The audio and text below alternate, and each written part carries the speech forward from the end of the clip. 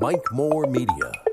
Neville Hall, the mayor of Eden, is on our line, our monthly podcast. Mayor, hey, how are you, sir? I'm doing fine, Mike. How are you? I'm doing great, and wrapping up the week. Last Friday in August, back to school Monday. Where has this summer gone? That's a great question. It seems to fly by, doesn't it? Oh, my gosh, it really does. Yep. Well, we've got RiverFest on the horizon, just weeks away. We'll talk about that. But first, congratulations to Pete and his team at Eden Drug. Tell us about that. Yeah, they were selected as the Pharmacy of the Year with the Health Mart Pharmacy Group. I think it was about 1,000 pharmacies considered, and they were able to win the award. We recognized them at the council meeting, and like I said at the meeting, that last June we had recognized them for 40 years in business. So that says a lot about the fact that they are a well-established business and well thought of with amongst their peers, and just like you said, congratulations to them on being recognized with that award. That's exactly right. Very impressive video at City Council meeting too on that. Yeah, it was nice. I had not seen it prior to the council meeting, but yeah, I like the way it incorporated a lot of community members and their thoughts about the Eden Drug family that they have. Yeah, that's exactly right. So again, congratulations to them. I'm kind of looking over the agenda for this month's City Council meeting. We're getting a new roof on City Hall, not a new one, but two different options there. So explain that to us. Yeah, the company had options to take the old roof off and put a new one down at about $400,000, or put the new cover right over what we have at about $300,000, and the same warranties the same guarantees, everything's exactly the same. So we made the decision that we'd go with the most economical route, considering they're both as equally guaranteed. So we're getting the roof we need. Hopefully it'll take us for another 25 years. Yeah, okay. Yeah, 5 bids on that. I'm looking at my notes here. And take about a month and a half to do that, I believe the representative said. When will they start on that? Do we know? I'm not sure. I mean, I would imagine right away, because it's an issue that needs to be addressed before it leads to other issues as far as inside leaks and things. So, yeah, I think they'll jump on it. I hope the weather cooperates and they can come in and get it done. Sure. Okay. Quickly. Yeah. Any leaks now? Is that a problem currently in some spots, or?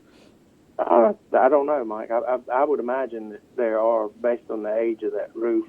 But our in-house guys have probably gone up and patched it more than once. Yeah.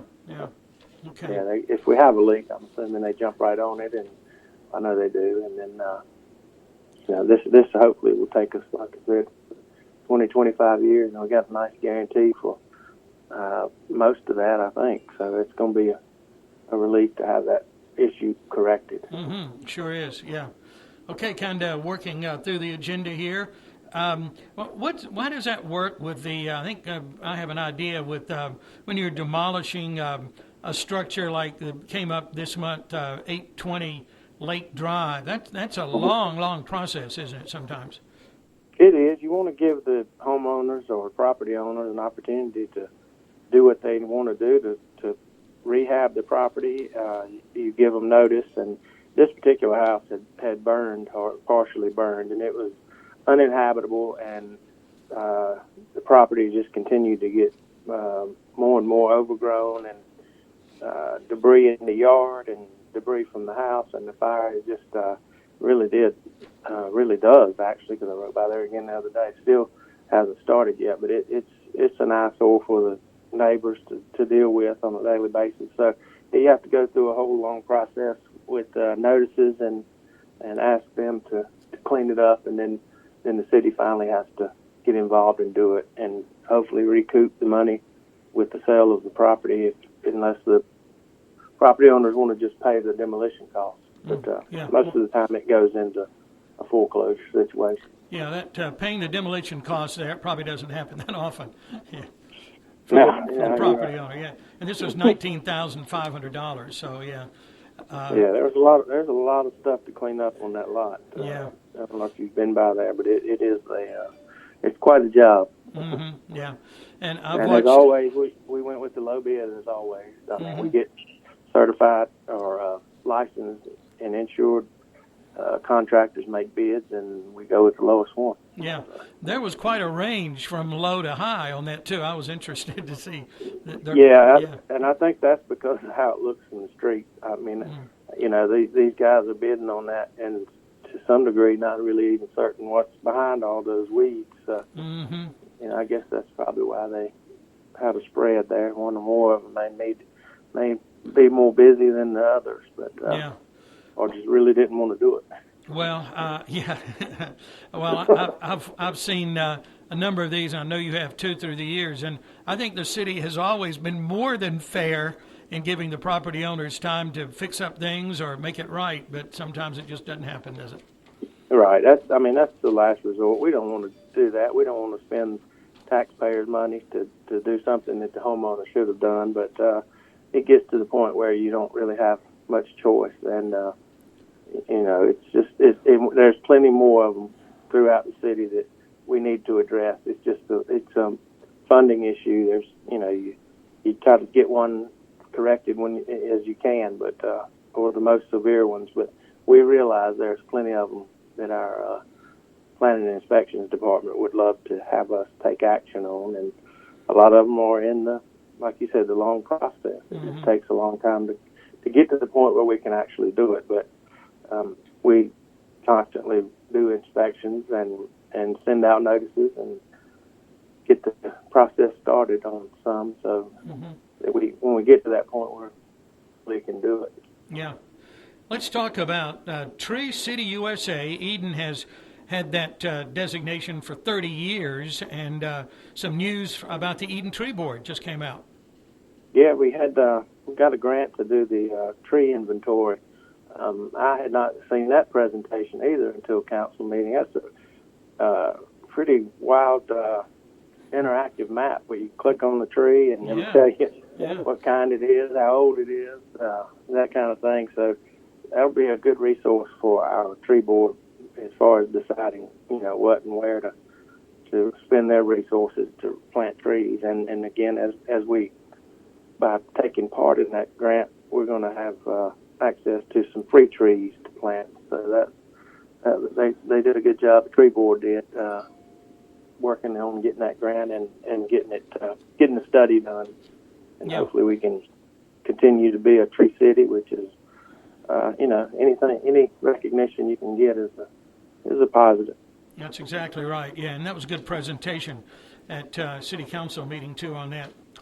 That's some of the things I had on the agenda here. I know we've got some events coming up. Just had a wonderful Touch a Truck last week. Some other things coming up we need to note here, Mayor?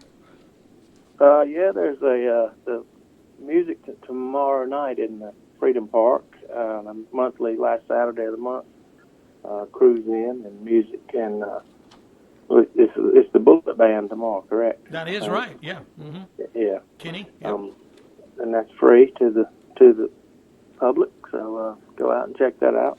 Of course, you mentioned RiverFest. That's our, you know, biggest premier event of the year, and our staff, Cindy, the street department, the whole city works hard to make this event come together. And as always, I think it's fallen into place to be a wonderful festival. So that's coming up September the 16th. Yep. 15th and 16th. Yeah, Friday, Saturday. Yeah, 15th, yeah. Yeah, okay. You know, just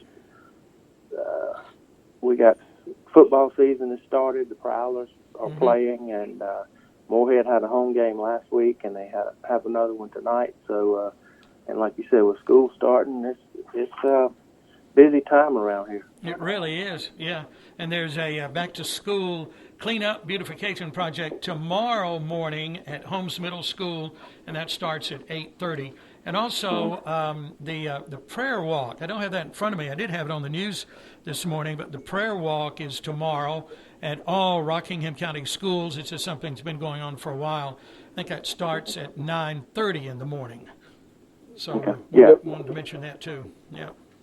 Before we go, though, I also would like to thank our police department and congratulate them on solving a string of automobile break-ins. They've been working hard on the case, and they were able to finally apprehend the people that have been doing this. And I know that's a relief to the neighbors that have been in the neighborhoods that have been getting broken into. And they retrieved some stolen property and gave it back to the rightful owners, and they did a great job with that investigation and closing that down. So I appreciate what they do, and I appreciate the fact that they were able to stick with that and get the victims their property back. Yeah, that's the big news story today, and all that just happening. And great job on that. And I'm reading the city manager's report this month. New vehicles, looks like 6 2023 Dodge Durangos, and getting some new firearms. Let's see, Glocks for the plainclothes officers and for uniformed officers. So getting some new guns, and and looking at adding some people to the Eden Police Department too. Working on that right now. Yeah, we got several policemen that are getting close to retirement, and police officers, I should say, getting close to retirement, and we're always, like every other municipality, it's a struggle to find people who want to start and become police officers, and we have a lot of them that I saw yesterday. The chief of High Point, I think, was retiring, and they used the term, and it fits our city pretty good too. They work from hire to retire. So, hire to retire, yeah. They start as a patrol officer and then work their way through, a lot of them, and we're thankful to have a good place to work, and that's as evidenced by the fact that we got so many that are here for their whole career. And but when their career's over and it's time to go, we have to refill the entry positions and move people up. So we're always the BLET classes have really dropped in the participation over the years. Well, pretty obvious related to the nationwide police issues that we see, and it's hard to recruit people that want to do it. So they're special people. Yeah, we appreciate the Eden Police Department, and same holds true for fire departments in Eden and around the county and around the nation. It's some of those people. As I talk to some of them from time to time, they start early and they are there for many, many years. So we appreciate that dedication and loyalty too. And as far as the fire goes, we always are looking for volunteers. It's called volunteers. It's really part-time. You get paid to do it. But it's not your job, and it allows you to be a public servant and have another job or not be obligated to a full-time job. So you can visit any of the fire stations and just ask, how do you go about becoming a firefighter, and they'll be happy to get you started in the right direction. Because we can use all the help we can get. That's exactly right. Very rewarding for sure on many different levels. Well, always good to talk to you. Thank you, Mayor. I'll see you at RiverFest. All right. Thanks for having me, Mike. Thank you. I always appreciate it. Bye. Bye-bye. That's Neville Hall, the mayor of Eden. Our reminder to you is always be sure to support our local Eden businesses. Shop local. It's a win-win for all of us. One of our sponsors on our program is Carter's Auto Repair and Exhaust. Charles Carter, they're on Kings Highway. Quality work, affordable prices, all qualified, certified mechanics. They do a great job there. They specialize in exhaust, custom and stock exhaust and all of that at Carter's Auto Repair and Exhaust. Thank you, Charles. And then we have Uptown Pharmacy. Corinne Brooks is there at the corner of Washington and Hamilton Streets, right there in Uptown Eden. And she can help you with all of your prescription and over-the-counter needs. And, of course, that convenient drive-through there at the back of the pharmacy as well. Here's the phone number, 336-612-3434, 612-3434 for Uptown Pharmacy. And for more information, check out the City of Eden Facebook page and website.